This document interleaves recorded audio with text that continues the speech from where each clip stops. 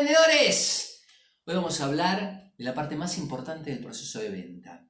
Hablamos ya una vez en otro video acerca de que los clientes no compran taladros, compran agujeros. No le importa el taladro, no le importa tu producto, importa lo que tu producto hace, cómo ayuda a tu cliente y qué cosa le soluciona.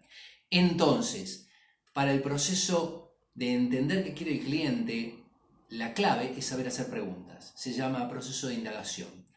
Para las preguntas, inicialmente hay dos tipos de preguntas de las cuales seguramente escuchaste hablar. Preguntas abiertas que sirven para entender qué está pasando en la cabeza del cliente. El cliente puede contar todo lo que quiera. Por ejemplo, ¿qué hiciste el fin de semana? Por ejemplo, ¿cómo te fue con tus ventas? Por ejemplo, ¿cómo tenés proyectado el año?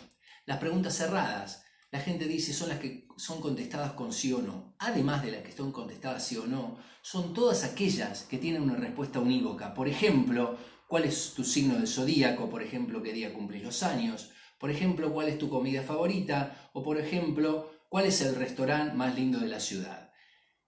Para ello tenés que poder, además, poder hacer un tipo de preguntas diferencial, un proceso que se desarrolló hace tiempo y se llama modelo SPIN. Este es el modelo SPIN de ventas, te lo voy a contar rápido. La S son las primeras preguntas que tenés que hacerle a tu cliente, que son preguntas de situación. Las preguntas de situación son preguntas de contexto que deberían ser abiertas. Y es preguntarle al cliente acerca de lo que está pasando a su alrededor, qué le está pasando en su empresa, qué le está pasando a su familia, algo que tenga que ver para entender el entorno general que está viviendo, o en los negocios o en lo personal, de acuerdo a lo que estés tratando de vender.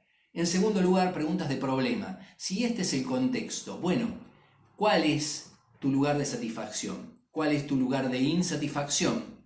Y ahí es donde el cliente dice, en este lugar me gustaría algo que tal vez se pueda solucionar. Ahí pueden ser abiertas o cerradas.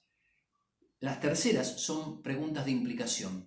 Y la pregunta de implicación es, ¿y qué sucede si no arreglas este problema? Porque en general pensamos que los problemas se solucionan mágicamente y no se solucionan mágicamente. Entonces, ¿qué pasa si tu competencia sigue creciendo? ¿Qué pasa si no arreglas los problemas de costo?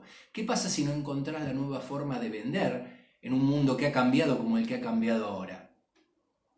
¿Cuánto cuesta eso? Si sale todas estas tres, entonces la necesidad se hace necesidad manifiesta.